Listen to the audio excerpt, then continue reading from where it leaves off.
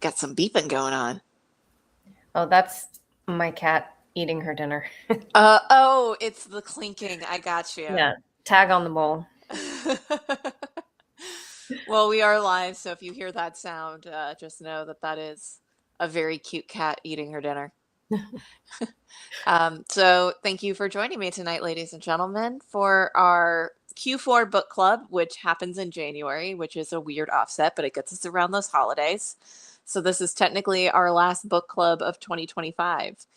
And as always, the uh, fourth quarter book club, we always do a self-help book.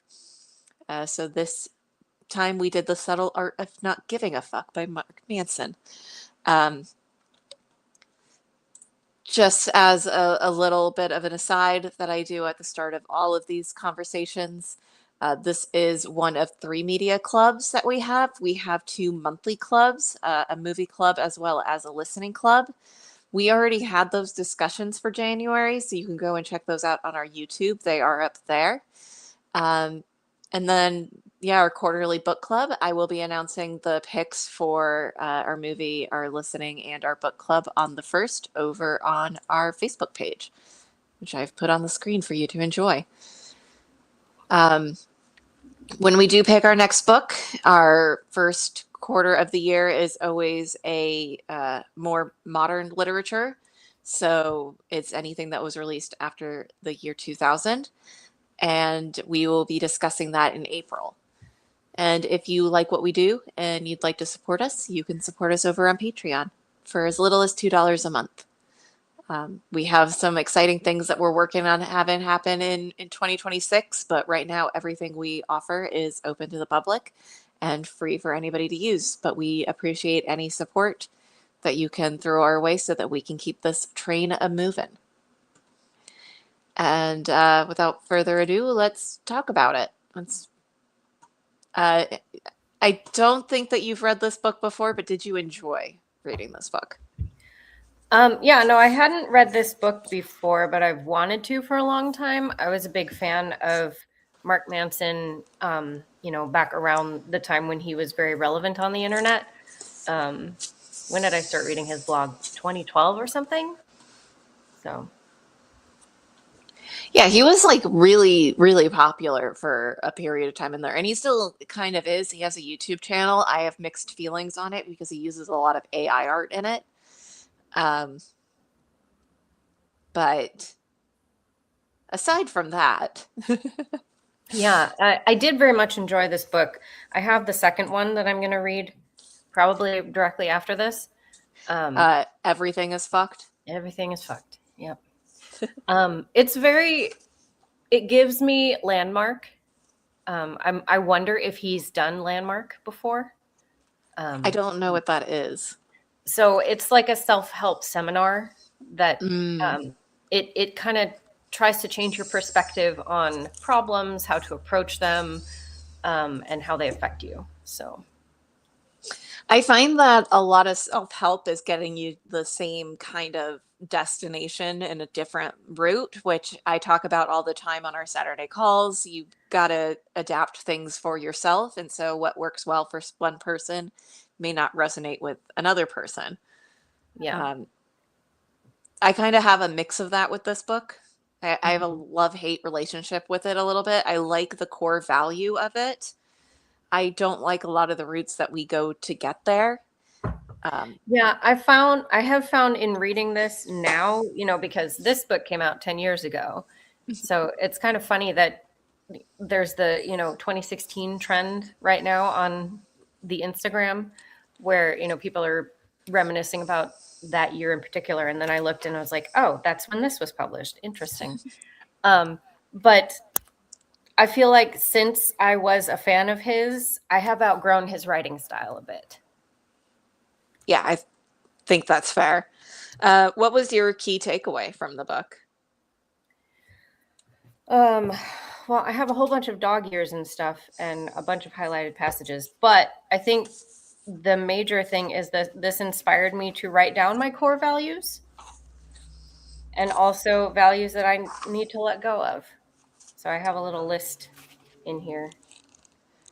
That is my favorite takeaway from this book as well. I did acceptance and commitment therapy a while back when I got diagnosed with a really bad illness. And one of the big things in that was defining your values. And then, so when you are presented with like a choice, you can be like, this is the choice that aligns with my values. Mm. And I did like getting that kind of reminder when reading this. But he also, in terms of that whole like therapy and making decisions things, he also talks about something that we talk about in Atomic Habits of, starting working on your systems as opposed to working towards a goal. He phrases that in a don't work towards happiness kind of mindset, which I think is a weird direction to take to get there. But Well, I think it's a matter of finding happiness in, in the small accomplishments and things like that versus like, and something that we talk about in the Saturday calls a lot is not getting hung up on the big goals, just taking little steps and yes. really reveling in the beautiful minutia of life versus like, oh, I'm a failure because I haven't published a book yet or whatever it is, like these larger milestones that we can achieve are done by taking little steps toward them and finding happiness in the kind of mundane nature of everyday life as well. Because if you don't, then you're just going to get stuck repeating the same. And I found myself reflected in this book a lot because of my current like working situation and everything. And I was like, yeah, you know what? This is some good advice for where I'm at right now. I'm glad to hear that. I'm trying to figure out where to start this conversation because there are a lot of things. This book has something along the lines of like 8 different sections. Yeah, there are 9 chapters with little subsections inside. Yeah. But I think that the main thing for me is figuring out what to give a fuck about, right? Yes. That's like the core argument of this entire book is, Yeah. The yeah, subtle art of not giving a fuck is to actually give quite a few of them, yeah, just in the at what right the things, direction. yeah, give them about the things that actually matter to you. And so that's what exploring your core values would be about. I'm reading my notes.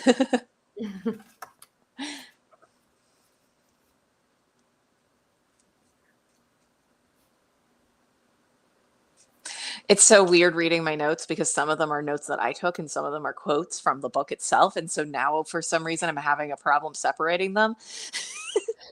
So bear with me for a second while I sort through this. Yeah, I will say that I enjoyed the book much more in the second half because, ironically, like what drew me to Mark Manson in the past, when I was younger, is his kind of like his very specific style of, as if any of you out there have not read any of his blogs or anything, he is not shy about swearing at all. He's very brash. Yeah. And back in the day, it was like, ooh, he swears in like his online blog, and wow, that's so edgy and cool. But now I'm like, okay, come on, it's so gimmicky. Like, it doesn't need to be like that. So I think later in the book, about halfway through, he uses swear words less, and I found myself enjoying that a lot more. His writing style comes off very much as somebody that wants you to think that he's cool. Yeah. Which is a very funny writing style to have for a book about not giving a fuck, or which is about actually giving a lot of them. Yeah. But that does make me laugh as I'm reading it, of just like, it feels a little bit try hard at times. And in terms of his writing feedback, because I do actually agree with like a lot of the things that he points out in the book. He talks a lot about the feedback loop of kind of listening to yourself constantly and allowing that to drag it down. And that he draws that back into why you need a value system is if you are pulling yourself down, at least your values can pull you back up. And I agree with that. And I suffer from the feedback loop a lot. I think we all do from time to time. So it's nice to hear like that kind of discussion coming out. Do you think that choosing what to give a fuck about is a privilege? I think it can be, and I did write down a couple of passages that I found a little bit like overgeneralizing, because, and he does address later, like he'll say something like, your life is just how you receive and react to things, basically, versus like what's actually happening to you, which is something that they teach in Landmark. But it's like sometimes not, like sometimes you're born into a war zone, like sometimes things are so well out of your control that there's really nothing you can do to improve your situation through your own means, which he does address after having said that. He's like, there are obviously caveats, but I was like, I feel like you're putting a little bit too much of a blanket on this that doesn't apply to everyone.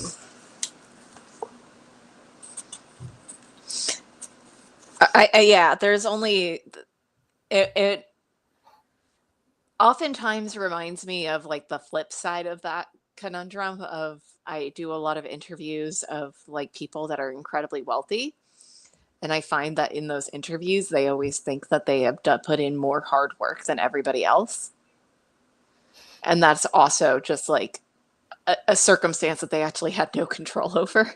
Right. Well, and Mark admits that he was born into privilege. Like there Yes. are things that influence your life in ways that you cannot, um, uh, you know, relate to other people in any way about, like that.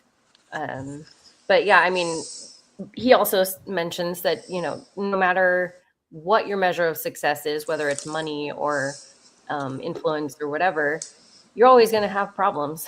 Like even the people with the most money and the most influence and the most power still have problems that they think are, earth shaking, just like the rest of us.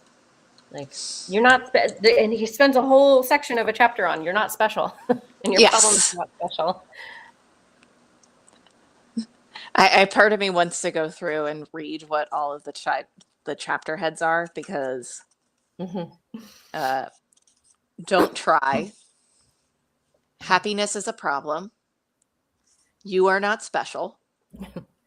The value of suffering. You are always choosing. You're wrong about everything, but so am I. Failure is the way forward. The importance of saying no. And then you die. Um, we talked a lot about his like value system, but a lot of his book is the like embracing the negative in a way. Um, like happiness doesn't come from solving problems.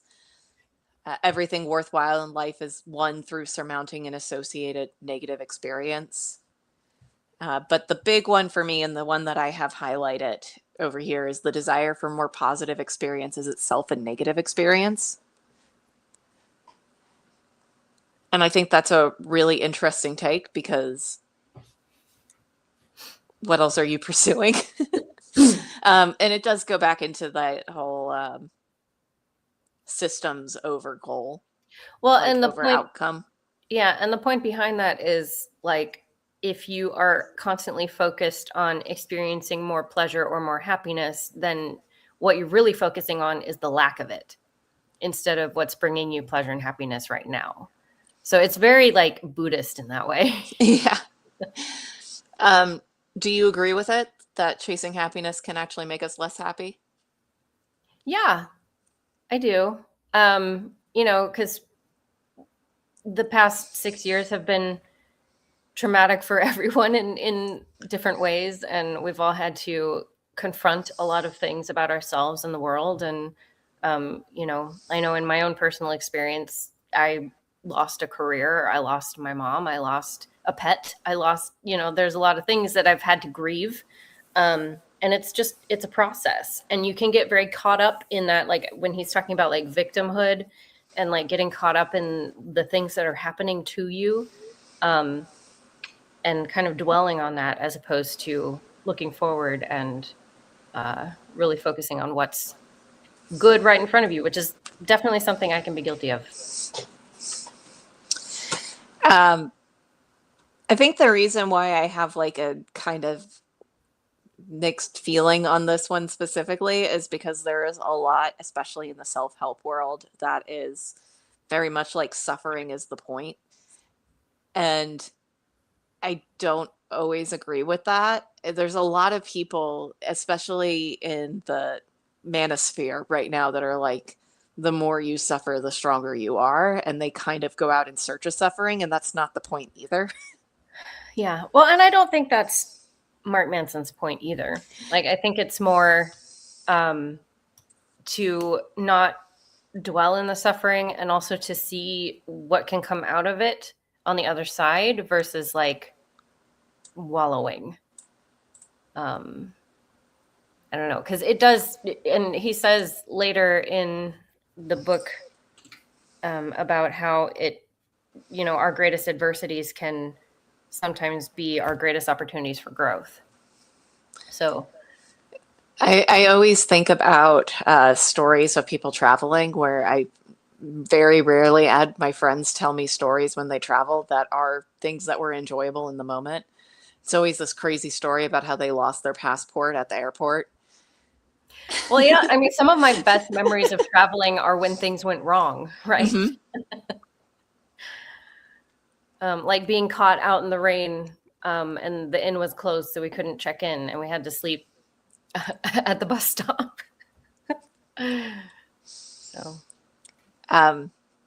So it is like something that I'm on the fence about, because I do think that he is very adamant about the way that he describes it, especially in later chapters, is there's a quote in it of, what determines your success isn't what you want to enjoy. The relevant question is, what pain do you want to sustain? Well, and I think it's very easy to take that too far. yeah, that's true. But to an extent, I feel like that is, I mean, obviously up to how you interpret it, but like, because there is always going to be pain, regardless of your circumstance or where, because everybody has problems. Everything sucks sometimes. What are you willing to like put up with to, make your life worth your while, I guess. Have you seen that? I guess you answered, like, you've seen that in your own life playing out, versus like social media where everything seems to be great all the time.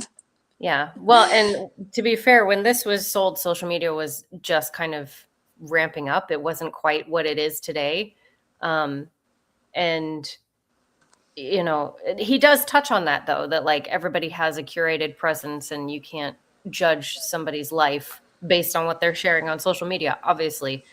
So, and that was very hard when the pandemic first started, because I was so consumed with everyone who was able to practice aerial when I wasn't. So that was, myself making my own self miserable, and I had to log off and just not go on Instagram for a long time.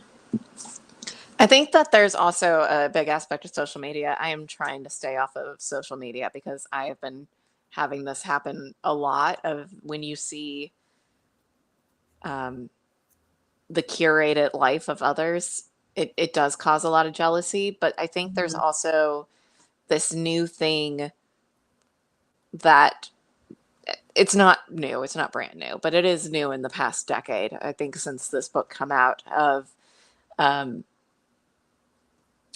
chasing that kind of what to show on Instagram Mm-hmm. and suffering so that you can have a gorgeous photo of you having fun. Yeah, like you skip the experience in order to Mhm. have the Insta shot or something. Um, right before the pandemic and everything, I had made the thing of if I wasn't hired to take photos at a thing, I wasn't going to take photos and actually experience the event.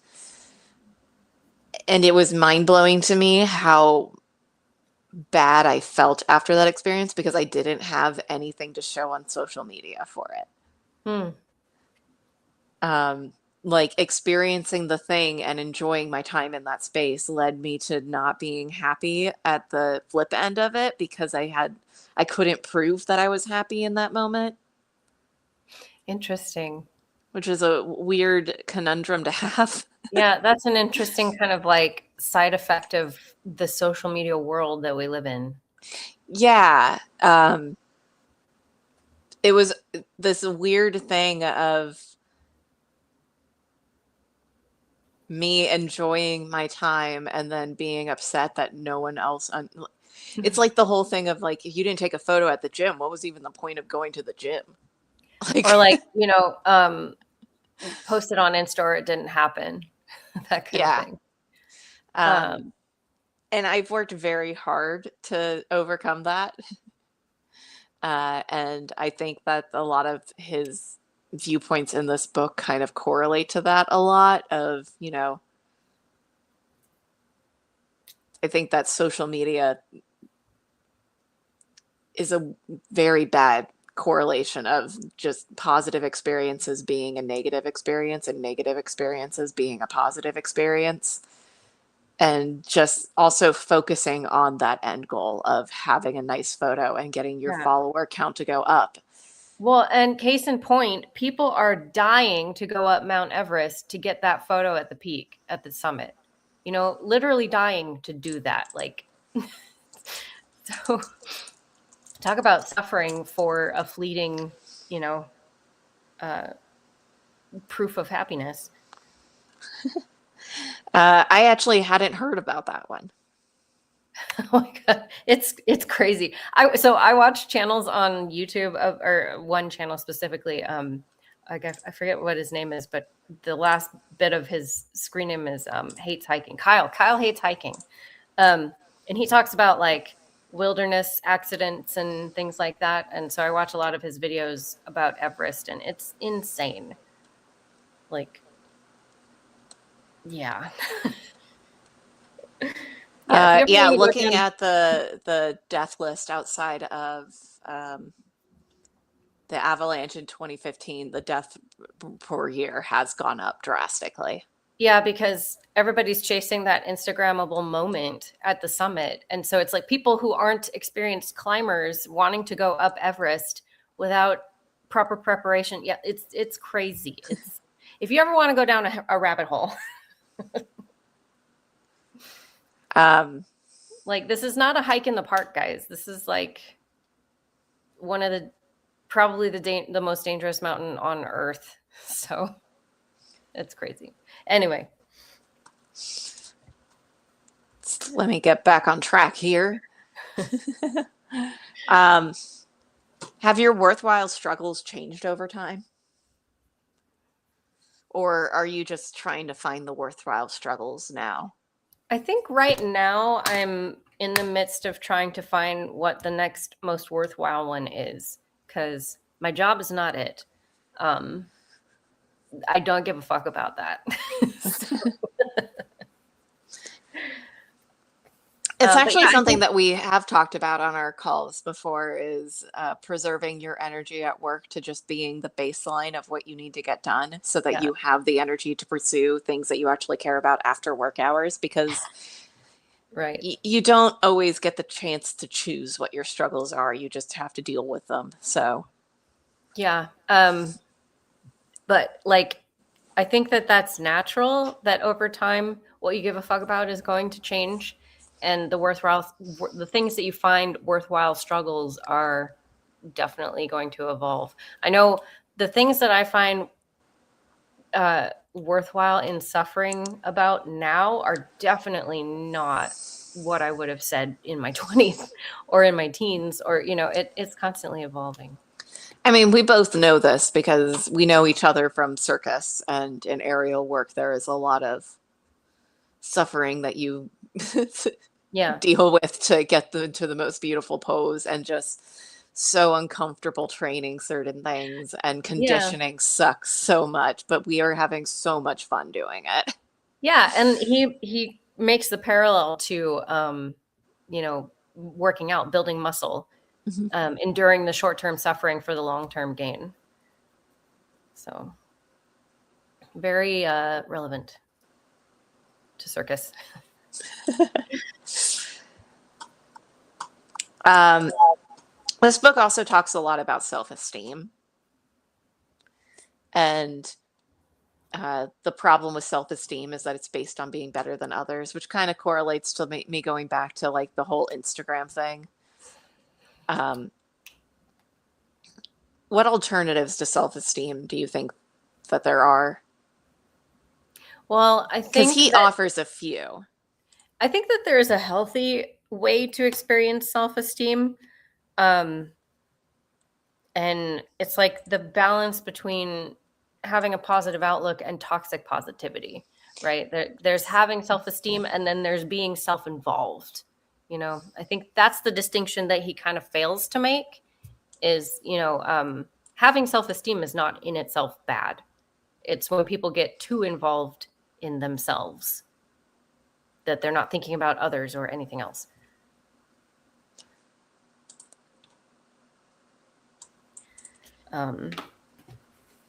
But yeah, I definitely don't think that it's a perfect book of advice. I think that you have to kind of be able to read between the lines to get much. I don't know. I feel like if people were to read just the words on the page, it's not super helpful. I don't know. What do you think? Uh, Not sure I understood the line of thought. Well, like I don't know, because like I've kind of compared what he's talking about here to going through the landmark seminar, and how a lot of that is about shifting perspective and viewing circumstances as something, just on the face of it, what is happening versus like how it's making you feel, which is up to you to choose how you feel about it. So it's like, I don't know, because I went through that already, I kind of read into what he says, some of the lessons that I took from that experience. So it's, not just about having read this book that I was able to find value. I think that's fair. It's a connection of all these different things. I am constantly comparing things to anecdotes from my own life because that is Right. how I adjust to them. Well, and that's how we relate to the world, is through our own experiences. And what's the point of reading a book if you're not using it to broaden your own worldview? And you have to Mhm. start where your worldview already was. Well, and that's an important lesson unto itself, is that, never take anything that you read or consume at face value. And I feel like way too many people do. But I do like how he talks about negative emotions being a call to action, and like it's your own psyche, or your, like, and we talk about that in circus a lot too, right? Where like if something is hurting, listen to your body, and if it's causing you like an uncomfortable pain, then maybe pull it back a little bit. You don't have to exert yourself to the point of injury. That's not a good way to train. Whereas like listening to your negative emotions can be kind of a parallel to that in your life, right? Where like if something is causing you immense pain or distress, then that might be a signal to change something and make a different choice. It's a good point, either positive or negative, to just like take a look back about why that emotion is happening and look at it kind of from a different perspective. Mm-hmm. Which kind of goes back to his whole uh, like positive, don't go chasing positive experiences. Um, I always said that I always feel a strong sense of jealousy, but if I feel a strong sense of jealousy, then I know a direction at least that I can go in. Well, and he brings up the example of the Buddha, right? And how Hmm. he was raised in a palace and free of all struggle and strife, and like everything handed to him on a silver platter, and never had to want for anything, and that made him miserable. So in that regard, it's like the struggle was the lack of struggle. So he had to go and experience life from a pauper's point of view in order to grow and get out of that and find inner peace, I guess. Yeah. The next quote, literally the next quote down that I had listed was, "We are encouraged to be extraordinary all the time, but being ordinary can be deeply meaningful." Yeah, and I think that that resonates a lot in our current culture where like um if you're not constantly producing, then you're a failure. Or if you're uh not achieving all of your goals before a certain age, then what are you even doing with your life? And the constant like need for hustle and the constant need for success, which is something that we have to fight against as artists, because sometimes those moments of mundaneness are kind of where, like we talked about last weekend, how boredom breeds creativity. Yeah. So Um, I also am a huge fan of the quote, "Don't confuse uh, peaceful with boring." And I think that we are really bad about that in today's day and age, of if you're not doing something that's worthwhile telling somebody about, or if you're not proving that you are somehow better than other people, then what was the point of doing that thing? yeah. Or Um, even the fact that our attention spans have become so short, which I've noticed in my own life, where like if I'm not constantly stimulated, my brain doesn't know what to do with itself. So I'm like always watching something or listening to something or something like that, which I found a lot of value in just slowing down and reading for 20 minutes every day, and the quiet, and just, not having to overstimulate myself in that way. um,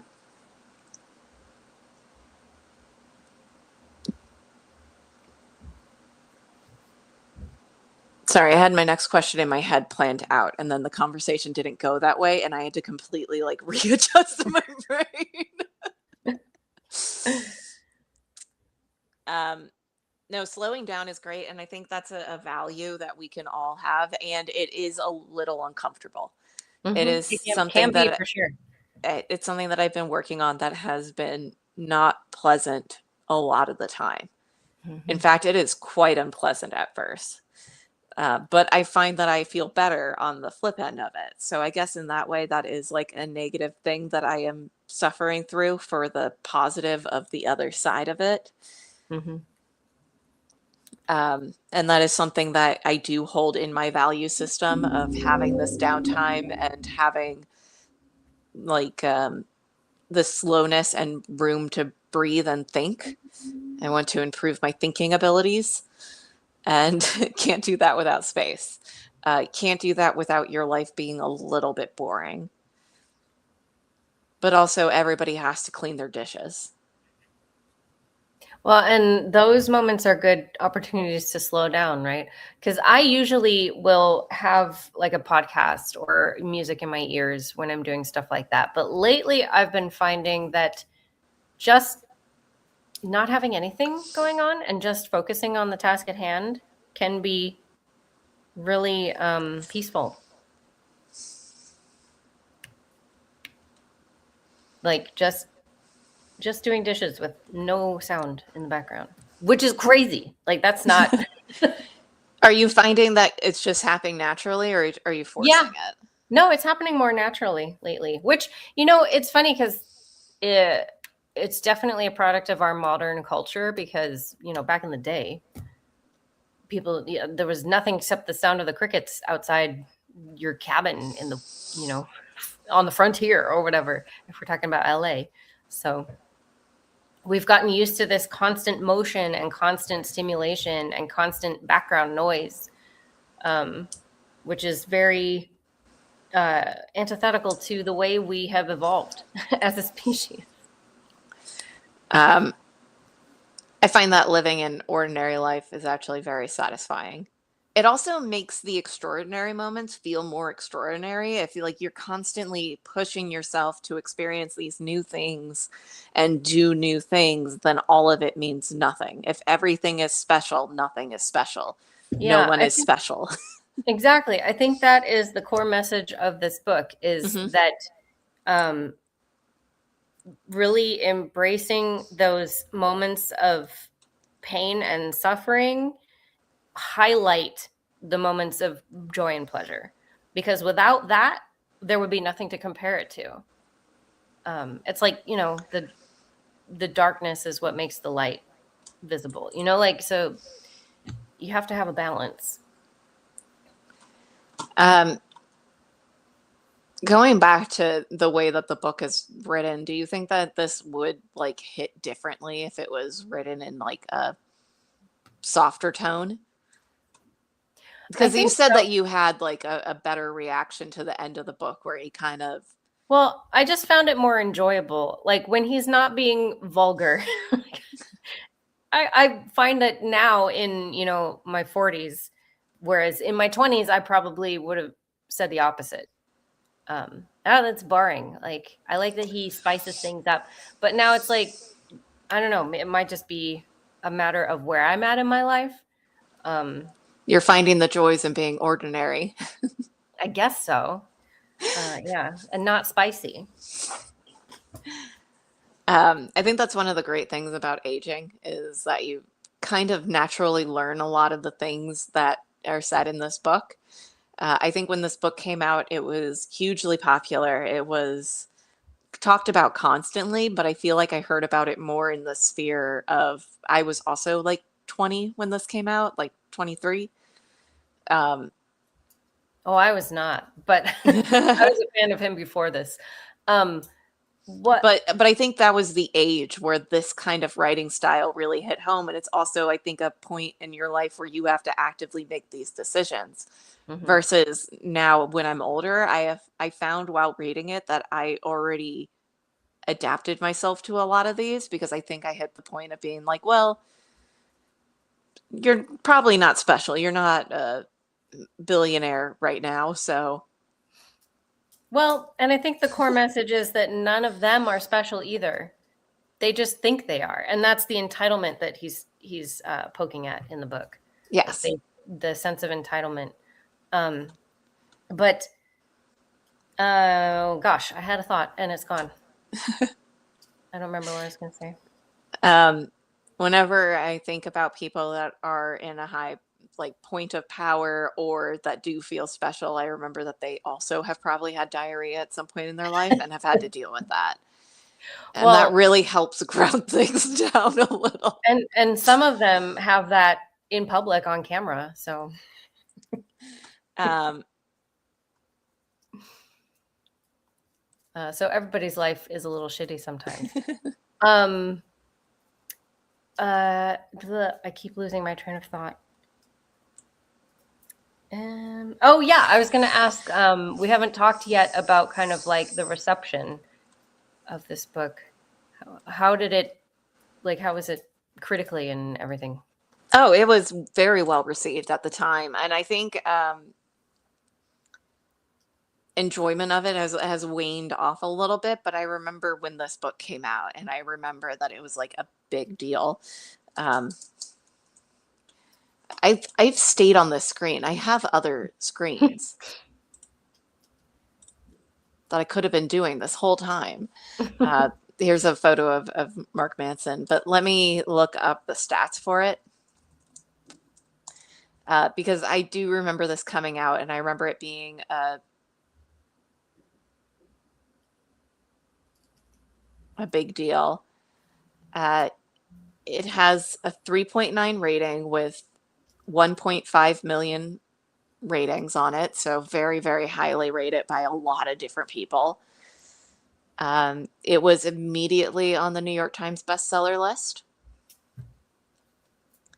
And in general, self-help books don't really get critically rated. They get more of a peer review thing, and it seems like it was pretty well reviewed. Hmm. How would you review it? How would you rate it?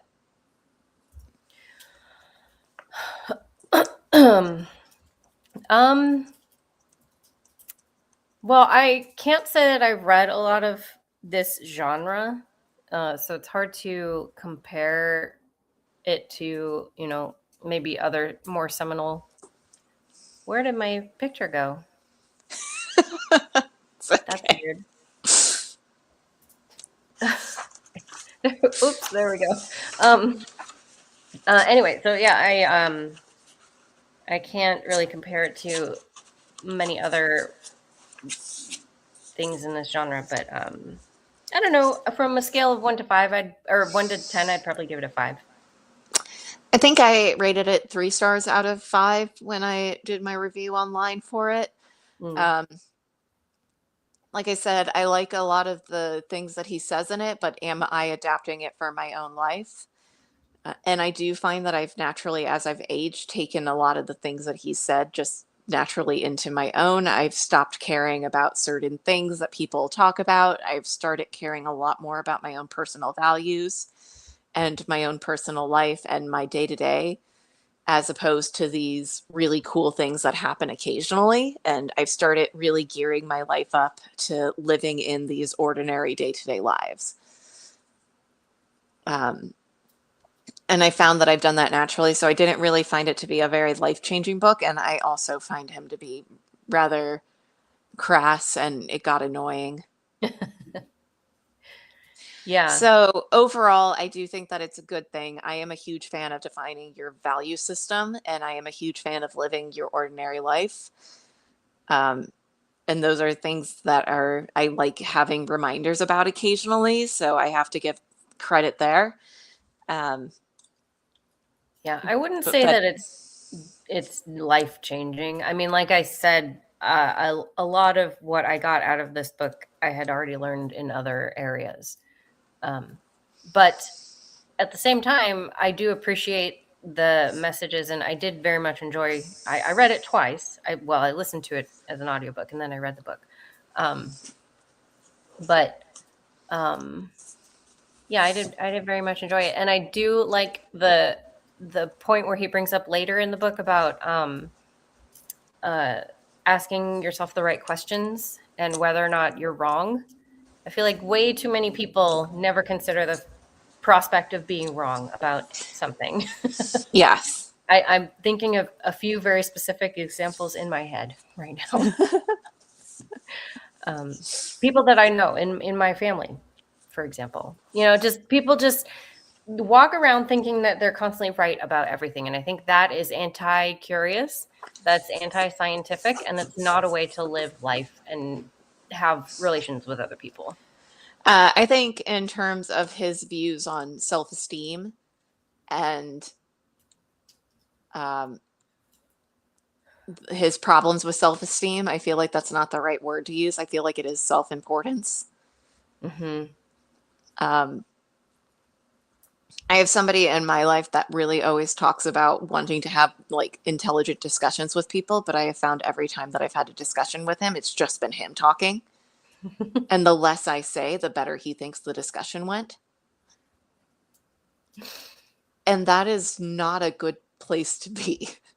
No, and part of existing in a world where, you know, we have to coexist as people means that we have to listen to each other and consider each other's point of view. Not necessarily, agree.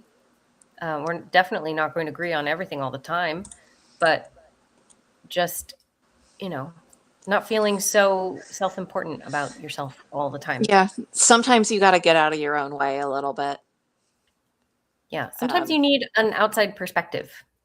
Yes.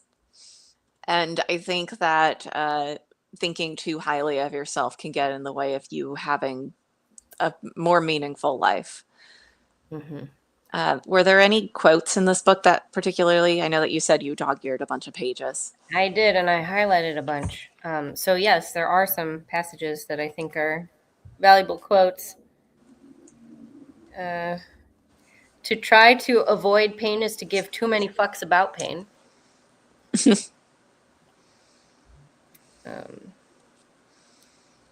Ever notice that sometimes when you care less about something, you do better at it?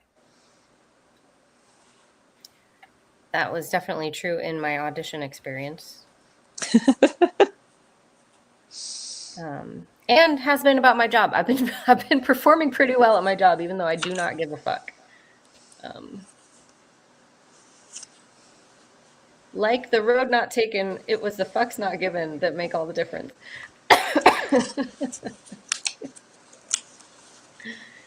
Yeah, I think there are some decent nuggets in here.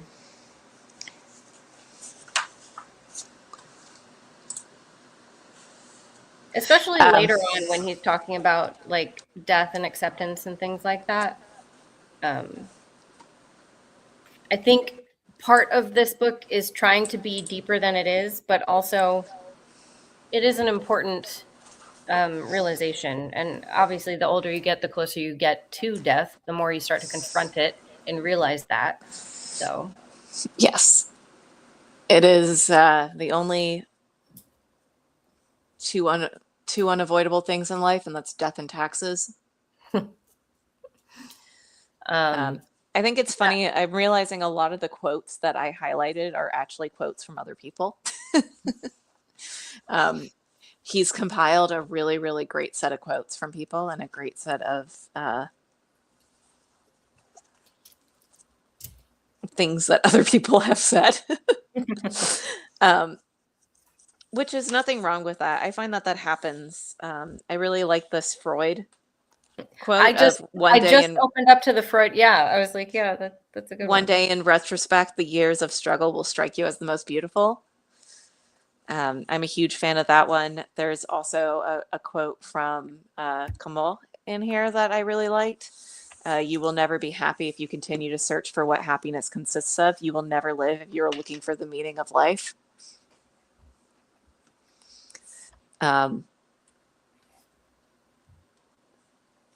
There's also a line that he says at the end of a little story that where it's not their fault, but it's still their responsibility. And I actually think about that line a lot. Of going back to the entire thing of this book is you don't have control over everything, but you do have control over what you care about. And you have control over the amount of effort you put in. And so even if something happens and it's out of your control, you can still take responsibility for your reaction to it. Yeah. And if you go out looking for the best possible solution, then you're likely not going to find it. And then all you're going to be is unhappy that you don't have the perfect solution.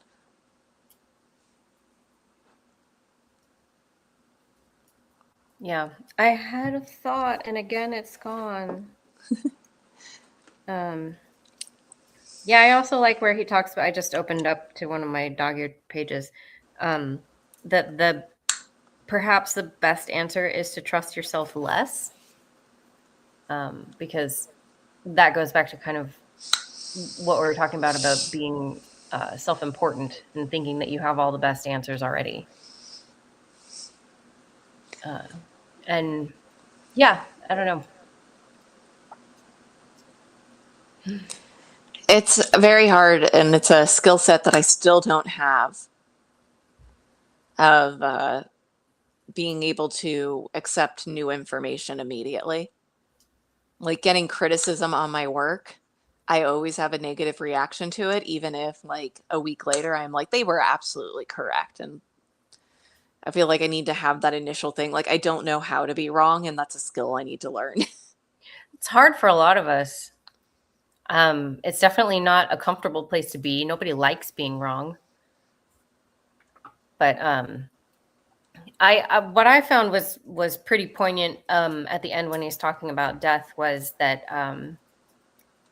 like there's a saying like none of us chose to be here, none of us chose to be born, but the inevitability of death is the proof that you lived, so that's kind of beautiful. I forget what the Was exact quote is, but Yeah, I don't have anything from that section of the book marked on my side. So I'll see if I can find it. um, a lot of his things on death also have to do with just like one of the self-important things that you're constantly going after is just legacy, and Mm-hmm. just knowing that you are not special in this universe, and it is completely okay to not have that kind of long-standing legacy. And in fact, the search for that might create the wrong kind of legacy. Right. Our And that, immortality projects. yeah, and he was talking about how um it doesn't have to be anything that grandiose, like people fight wars for legacy. People, you know, destroy societies for legacy. Like your legacy can be something as simple as, you affected a couple people's lives while you were here. I mean, that is actually the basis for a lot of school shootings, unfortunately, is the people perpetrating it wanting to be remembered in some way. Hmm. And not a good thing to go out on. And one of the reasons why we try to speak more on victims than on perpetrators at this point. Right. Legacy projects are not a good thing to be searching for. Yeah, especially on a self-aggrandizing kind of scale, Yeah. because that does more harm than anything, typically. I don't That think I was, highlighted it, that specific quote that I'm looking for. you'll have to post it in the comments when you find it. Yeah. Oh, here it is. You two are going to die, and that's because you two were fortunate enough to have lived.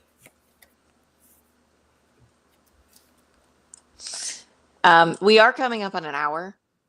So is there anything that that you wanted to talk about before we got off for the evening? I mean, I think we pretty much covered it. Um, yeah. All around, I think it's a good read. I think that it can be helpful to a certain stage of, you know, life development. Maybe if I had read this in my 20s, which it wasn't around back then, but that would have helped me to question some of the things that I was going through at that time. It's a good start. It's also a very quick read. Yes. His writing style and the way this book is laid out is very easily digestible. So I don't think it's a huge commitment, and I do think that it's worthwhile. Mm-hmm. Did you enjoy it? I'm on the fence. Like I said, I like a lot of the ideas in here. I don't know if I'm a fan of the execution. Fair enough. I mean, if you are a committed fan of Mark Manson and his style, then you will love this book because that's all it is. Yeah, he did get his start blog writing. So, Yeah. and he talks about that in this. That's how I came to discover him. All right. But on that note, I think I am going to end the stream for the evening. So thank you for reading a book with me. And I hope to catch you on the next one. Yeah. Thanks for the chat.